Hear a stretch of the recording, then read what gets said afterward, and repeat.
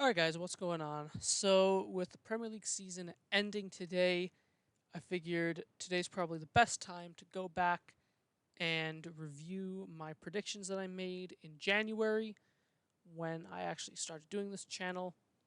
And let's see what I actually got right, what I got wrong, because judging by the way the table looks now, I think I got a fair bit wrong. So, let's get into this. We got the video on All fast right, speed, so these are going to be so my this Premier does League not take all predictions day. And for the yeah, let's see. midway point of the season. So right now we're at midway point, 19 games played, and so I figured I'd go through and predict the entire table from 20th to first to see how the season ends up. So we're going to start off with the relegation teams, and I'm going to go with Sheffield United in 20th, Burnley in 19th, and Luton in 18th. All So right, three for I do three think that so all far. of the Not newly bad. promoted teams will get relegated. Uh, Luton are the only team that I have any sort of hope for. I just think they have the fight, and the grit that you need to stay in the Premier League.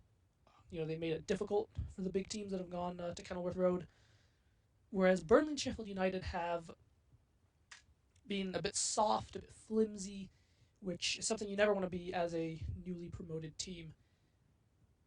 But All right, so calling Sheffield United flimsy, I think, was a bit of an understatement. They've been beyond flimsy. 104 goals conceded this season, the worst defense in Premier League history. Absolutely dreadful.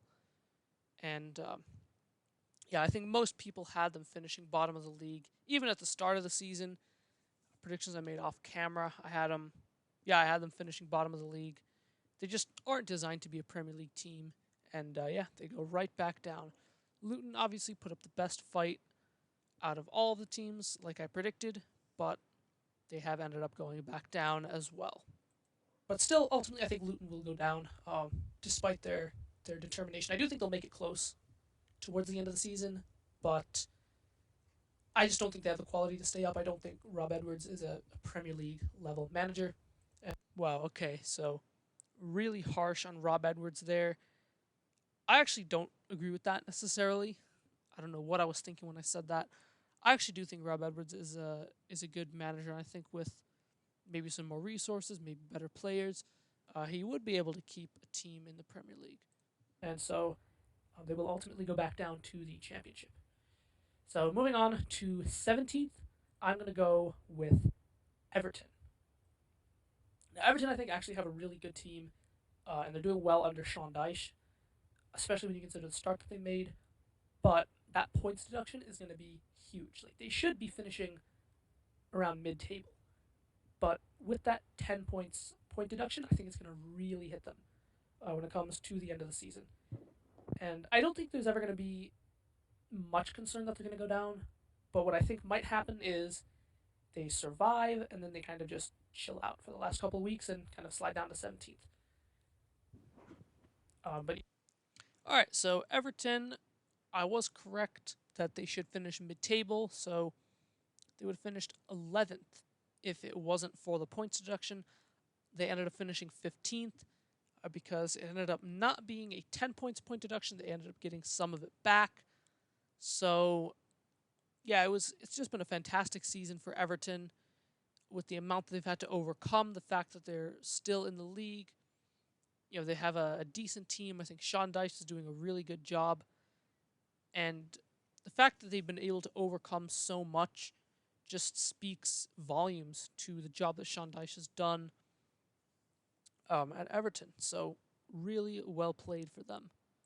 yeah, I don't think they're really in a ton of danger because I do think that they're going to make up the amount of points they need regardless of the deduction. So moving on to 16th, I'm going to go with Crystal Palace, and 15th is going to be Nottingham Forest. Now, I think these two teams are massively getting away with it right now. Crystal Palace just looks so dead, so void of ideas. I know they came back against Man City, which was a really good result for them. But if you look at how they played against Liverpool, they were up 1-0, they let it slip. Chelsea, they equalized, and then of course they give up that penalty in the 90th minute. And overall, Roy Hodgson just seems tired. He just seems done, and I don't think that he's a manager that can really inspire the team to do much. Again, I think they'll be fine because they have Eze, they have Elise, and so that should give them enough goals to stay in the league. But I just think the lack of creativity, the lack of you know spark from Roy Hodgson is going to be a massive blow. I think the only way Palace can really do anything besides barely survive the season is if they get maybe a younger manager, someone that's more progressive, someone with sort of newer ideas, because that's really what this team needs right now. All right, so 100% correct about Crystal Palace. They were absolutely dreadful under Roy Hodgson. I think they were 16th when they sacked him, and Oliver Glasner's come in. And again, I said they need young manager, progressive ideas, new ideas to get the best out of their players, and that's exactly what Glasner has done. Elise balling out, Eze balling out, Mateta absolutely balling out, hat trick as well on the final day of the season to take Palace into 10th. So obviously, predicting them to come 16th. Not a great prediction, but I honestly didn't think that they were going to sack Roy Hodgson until the end of the season. So we got to give Palace credit for pulling the trigger early, realizing the situation that they were in, and getting rid of Hodgson as early as they did. So good on Palace for that. And honestly, if they keep their players, if they keep Eze, keep Elise, which is going to be tough to do, but if they keep them, they got a bright future ahead of them. Forest, again, massively getting away with it. They did sack Steve Cooper, which I do think is the right move. Again, I just don't think Steve Cooper was getting the best out of his team. So appointing Nuno, I mean, again, Nuno is a good appointment. It's a good appointment for kind of a lower tier team. Obviously, he did really well with Wolves, and I don't think he's going to get Forest into the Europa League, but I think he is going to do a good enough job to keep them stable, keep them in the Premier League. Because again, Forest's team, they do have some decent players. I think Alanga's a decent player. Chris Wood is a good player. Gibbs White, for a bottom half team, they're actually really good players. So Forest, again, another side, I think they're going to be staying up. It's going to be a little bit close, I think, towards the end of the season, but ultimately they will be fine. All right, 100% right on Forest. We're going to keep this quick. Yeah, 100% right about Forest in the relegation battle. Ended up finishing a bit lower than I predicted because, of course, they were also docked points, which they weren't at the time of recording. But yeah, Nuno's done a decent job. It's been all right. Nothing spectacular, but they're in the Premier League for another season, so good on them. So moving on to 14th, I'm going to go with Fulham. So Fulham they're a very interesting team this season because, we all thought they were going to struggle without Mitrovic, and they were struggling for a while. Then they pulled off those back-to-back 5-0 wins, and, it was looking really good for them at a point. But then, obviously, now they've lost to Newcastle, they lost to Burnley, they lost to Bournemouth. They're just a really inconsistent team, and I think without someone like Mitrovic in their team, they don't have a reliable source of goals. So I think that inconsistency is going to continue because Raul Jimenez, Carlos Vinicius, they're very inconsistent players. Raul Jimenez, he was fantastic against, I think it was against Forest, where he scored 2 goals. And then the next game he goes in and gets a stupid red card.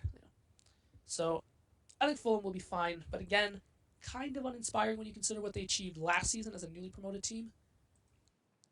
All right, so again, not much else to say on Fulham. They ended up finishing 13th. I predicted them 14th. And yeah, just an inconsistent team, not the greatest. Certainly not compared to what they were last season when they were fantastic at points during the season. But you know what? For Fulham, every season they stay in the league is a good season. Really like Marco Silva as a coach. So again, Fulham, they've guaranteed their survival for another year. So we just got to give them, massive credit for that. Yeah, I fully expect them to stay in the league. So moving on to 13th, I have Brentford. 12th is going to be Bournemouth, and then 11th is going to be Wolves. I think these 3 teams are all interchangeable.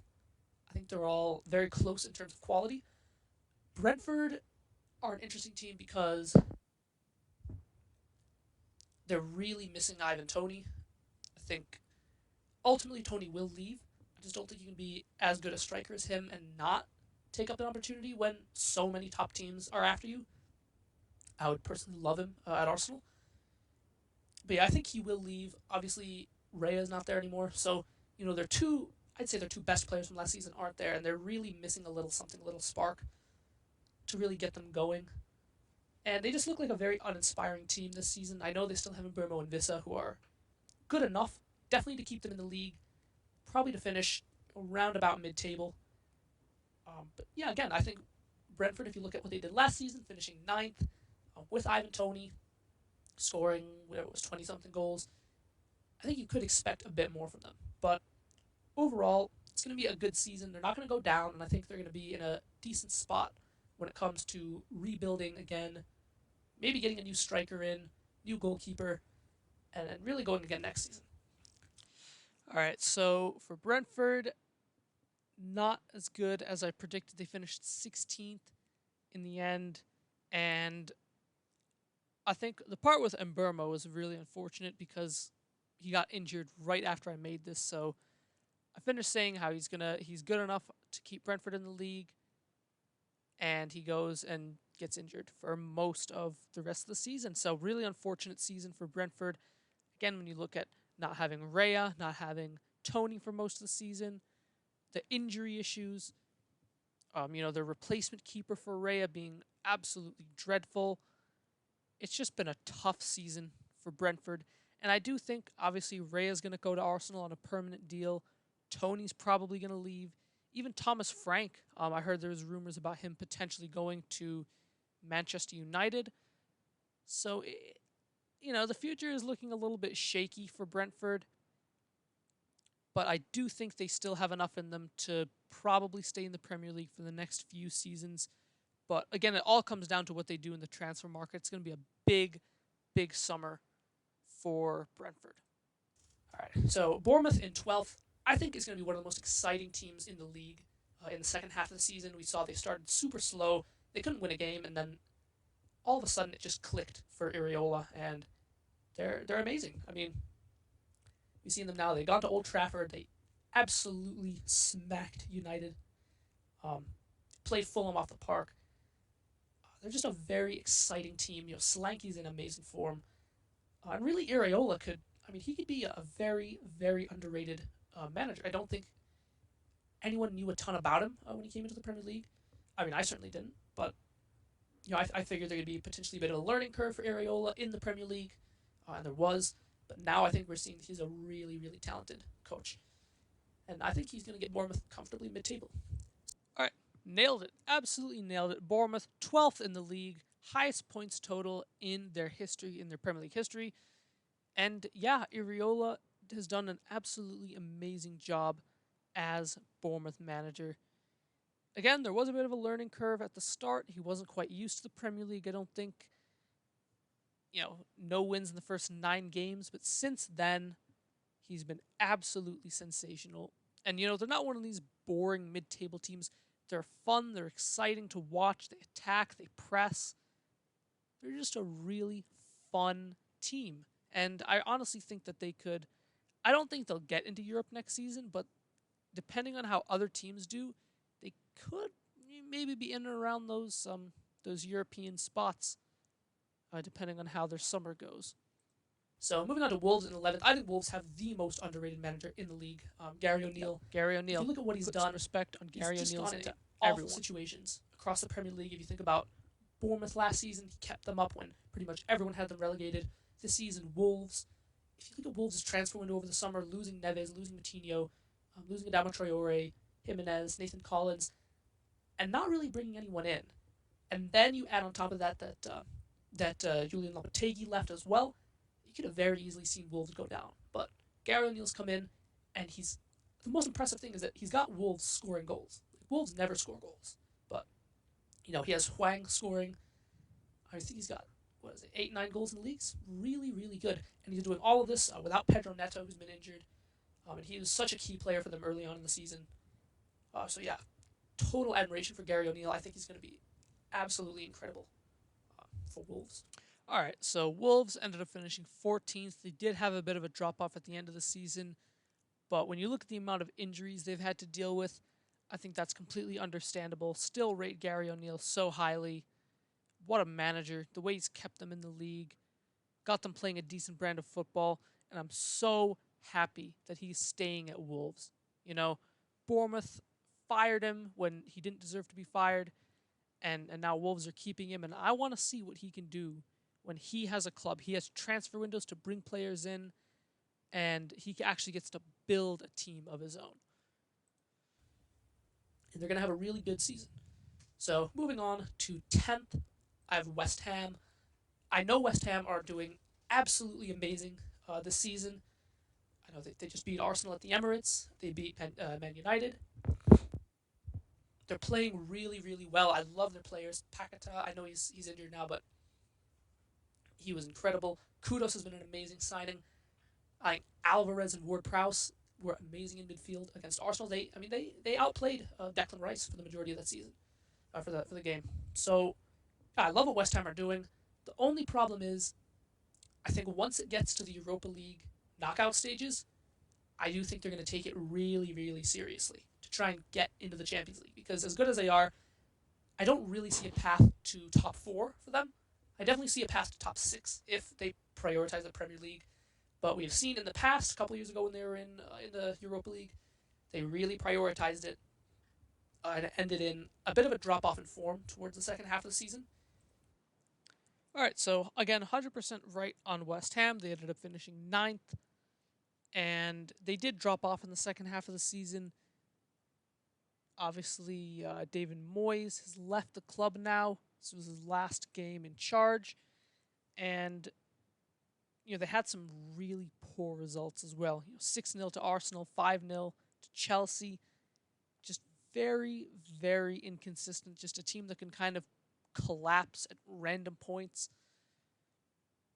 And again, big drop off from where they were in January, where they were sixth in the league. They're gonna get Europa League football again. But yeah, they've dropped off, and it's going to be interesting to see where they go because they have a good core group of players. They're not going to be in Europe, so whoever comes in for Moyes has a good squad to work with. And ultimately, I think West Ham might be in that European conversation again next season. And I think when you consider the fact that, again, they don't have a ton of squad depth. I mean, Jared Bowen is incredible playing down the middle. But if he gets injured, if Kudos gets injured, they don't really have anyone of that quality that can replace them.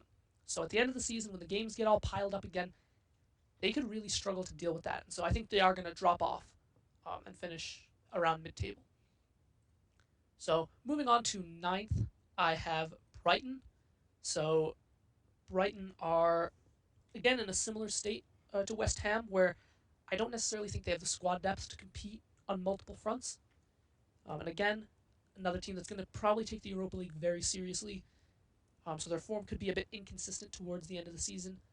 But I think the important thing to realize with Brighton is that they've had a lot of injuries, especially over the last couple of months. I'm thinking Encisio's been out for pretty much the entire season. Stupinian's been out. Evan Ferguson was out for a while.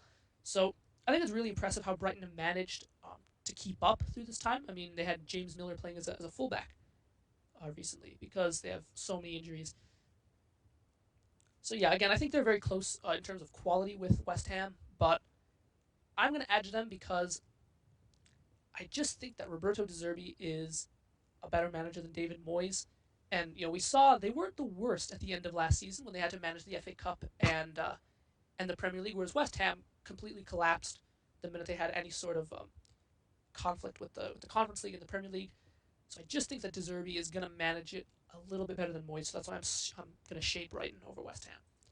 All right. So again, very unfortunate for Brighton the amount of injuries they've had to have. Obviously, Mitoma went down later in the season. Evan Ferguson, Stupinian got injured again. So, just really, really unfortunate season for Brighton, finishing 11th in the league, the bottom half of the league. De Zerbi's walking away. But overall, I mean, they're not too bad. I think they're going to get a decent manager in, whoever it ends up being. they're going to recruit a bunch of young players that are going to turn out to be the next big superstar and sell, for 100 million. That's just what Brighton do. I'm not really worried about them. I don't think they're ever going to be in that kind of relegation picture again for a very long time. I think that their days of maybe challenging for Europe are over. I don't really see them getting back into that top 6, top 7 picture. But overall, I'm not too worried about them. I think they're going to be absolutely fine in the long run. So in 8th, I'm going to go with Chelsea. 7th is going to be Newcastle. So I think, again, these two teams very close. Could finish, again, a little interchangeable. But Chelsea are just the more inconsistent team of the two. They're both very inconsistent at the moment.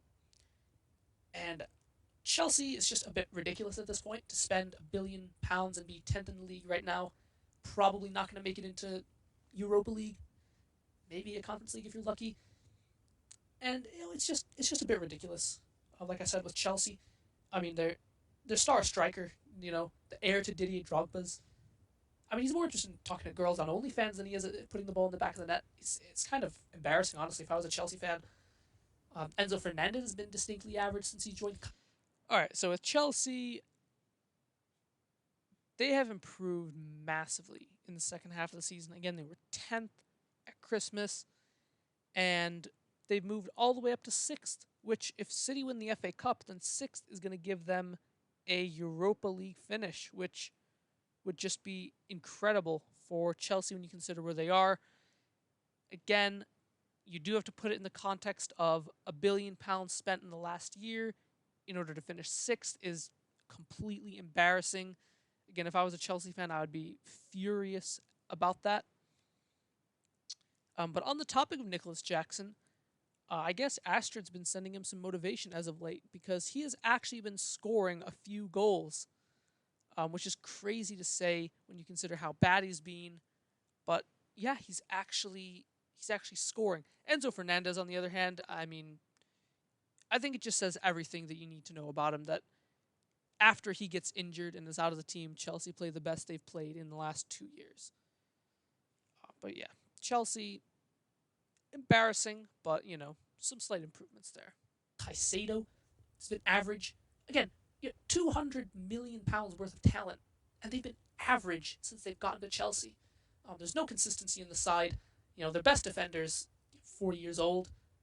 Robert Sanchez in goal is absolutely atrocious. I don't even know who they're playing in goal now. I know he hasn't started the last couple games. But yeah, I can't see Chelsea finishing anywhere except 8th, 9th, maybe 7th if they're lucky. Newcastle, I think, is a bit more acceptable when you consider the amount of injuries that they've had, the fact that they've even somewhat kept pace.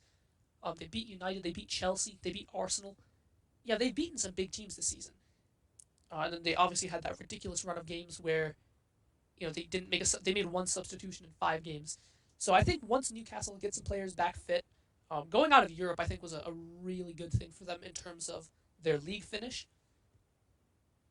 But yeah, once they get more players back, they'll be a much more consistent team. They'll be much more energetic.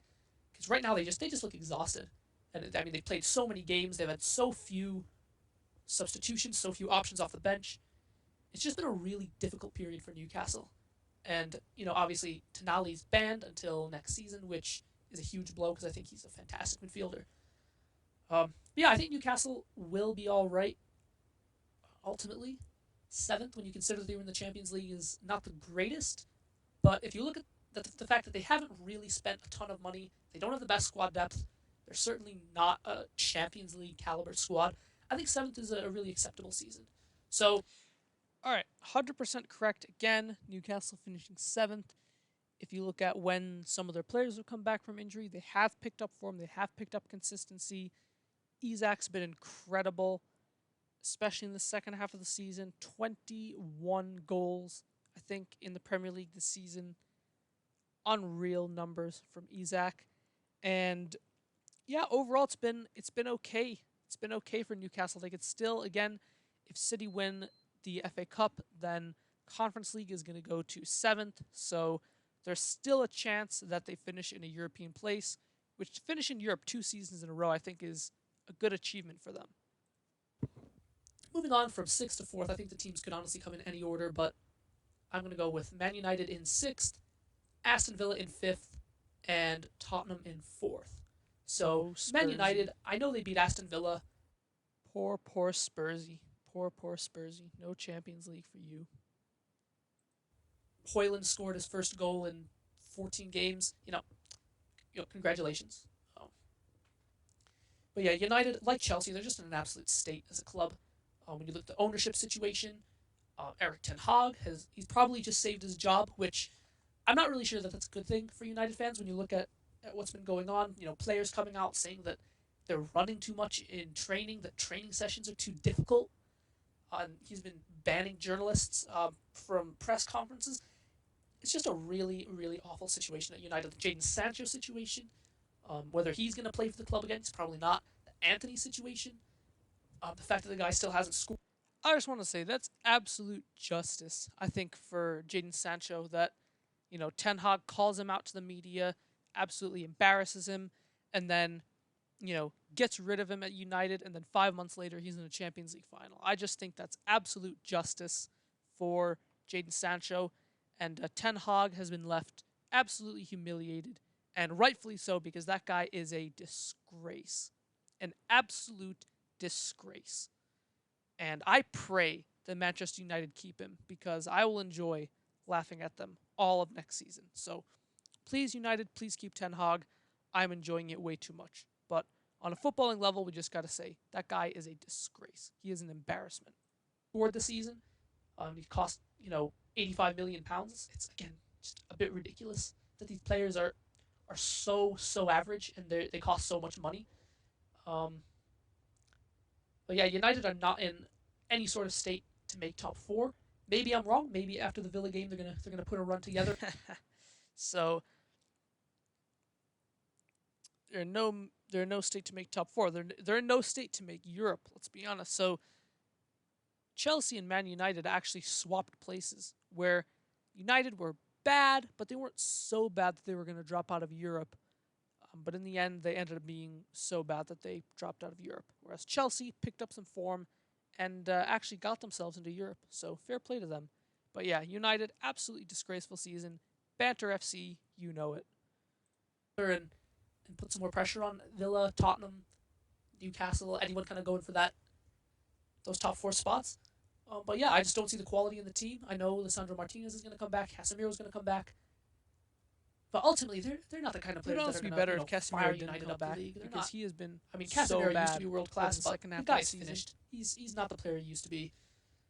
So yeah, I just don't see a way United get into the top four unless they spend big in January and bring in some genuinely world class players. Because right now there's not a single world class player in that squad. So yeah, Aston Villa in fifth. I think they could easily make top four. I think they have the quality to. The issue is, I don't think they can handle the pressure. I think we've seen now 2 weeks in a row they've had the opportunity to go top of the league, and they've choked in the two straight games.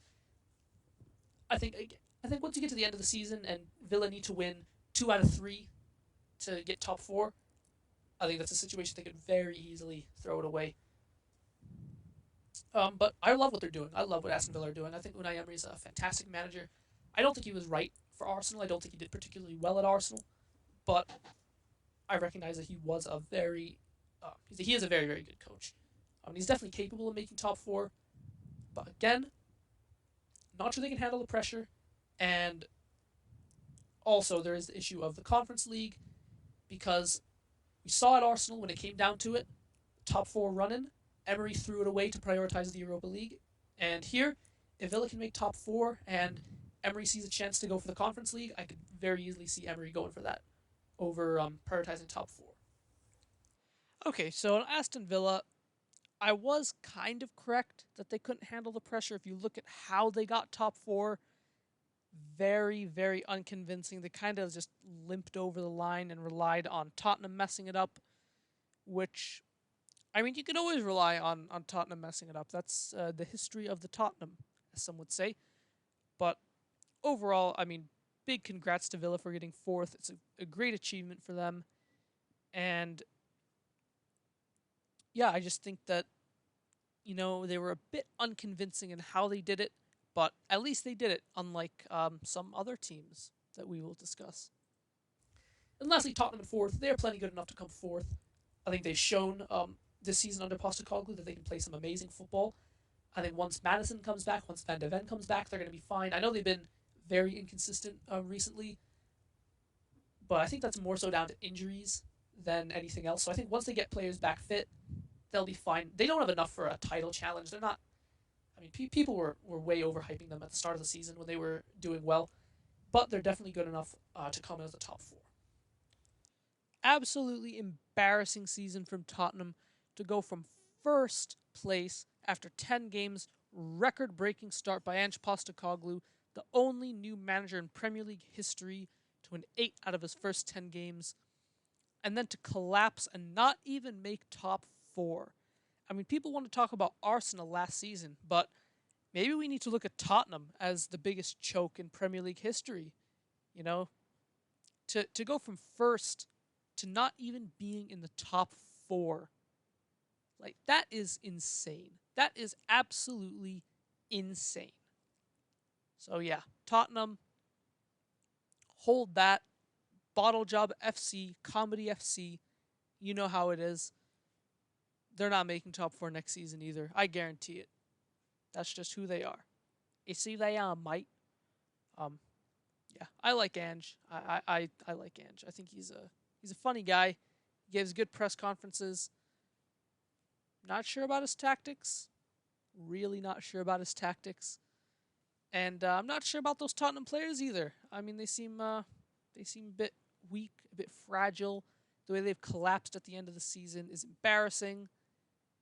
And yeah, as Ange said himself, the foundations of that club are, I think he said they're fragile, which, again, is a good word to describe Tottenham. Now, moving on to probably the most exciting part of this whole video, which is who's going to win the league. So I think that Arsenal, Man City, and Liverpool could all win it. And I don't think any of them have really looked particularly good this season. I think they've all been. It's just interesting that I said that because it was true. You know, around that time, no one was really good. You know, Arsenal were on a bit of a bad run. Liverpool had been a bit inconsistent. City were also on a pretty bad run. But it's so weird because since the new year, I'd say all 3 of them really turned it on. You know, Arsenal went on an unbelievable run. City as well. Liverpool were on a great run and then they completely collapsed. But for a long, long time, those 3 teams were in incredible form. So yeah, I think it's a bit interesting when you compare the first half of the season to the second half of the season and how all 3 of those teams kind of raised their levels and pushed each other to be even better. Because the first half of the season wasn't great, to be honest. It was not great. Flawed. They've all been a bit inconsistent. I think if you look at Liverpool, dropping points to United at home, dropping points to Brighton, dropping points to Luton, they've been really, really bad in certain games. Of course, they have won the most points in the league from losing positions, which I do think says a lot about their mentality. Arsenal have also been very inconsistent. I think dropping points, to West Ham at home, Fulham, Chelsea. Really games that Arsenal should be winning if they want to win the league. And then City have won 2 out of the last, 7 games? 6 games? I think it was 2 out of the last 7. Really, right. really cool run of They were form. on terrible Obviously, De form. Bruyne's coming back, Haaland's coming back. 2 massive players for them, which will give them a boost. But I also think we've seen a major weakness in the City team, which is that without Rodri, they don't really have a midfield. Now, again, that could be solved when De Bruyne comes back. Yeah, that's true. That's true. Man City were without Rodri for 4 games this season, and they lost all 4. I think that's something that Pep Guardiola needs to address in the summer. He needs to get a backup defensive midfielder for Rodri because when Rodri doesn't play, they lose, and you just can't have that. But also, City haven't been struggling creatively. They've been making chances. They've been fine, I think. I mean, they're the top scorers in the league. I think they've been fine in that department. But the problem for them has been controlling games. They've let too many games slip. And that's something that I don't think De Bruyne really helps you with. I think, Ruben Diaz needs to turn his form around. Kyle Walker also needs to turn his form around. John Stones is injured constantly. He's been played in midfield this season. And it's just a very weird situation at Man City. So, it's going to be an interesting title race because, like I said, no one's been particularly good. No one's been particularly bad either. I think all three teams are very similar. I think on paper, City have the most quality, followed by Liverpool probably, because Liverpool just have a much more experienced team in terms of, a lot of their players have won the league. Klopp's won the league. But yeah, I think Arsenal have massive potential. I think the fact that Arsenal are still second in the league, 2 points off the top, having played nowhere near what we know they can play like, is, I mean, it's partially an encouraging sign, partially a worrying sign. I think, to think if Arsenal really have the mentality to win the league, but to kind of get out of second gear and to really go for it. But yeah, I mean, if Arsenal go out and buy a striker, a 20-goal season striker, Ivan Toney, Victor Osimhen, there's no reason why Arsenal can't win the league. If Liverpool go out and buy a defensive midfielder, and so they can properly control games, there's no reason why they couldn't win the league.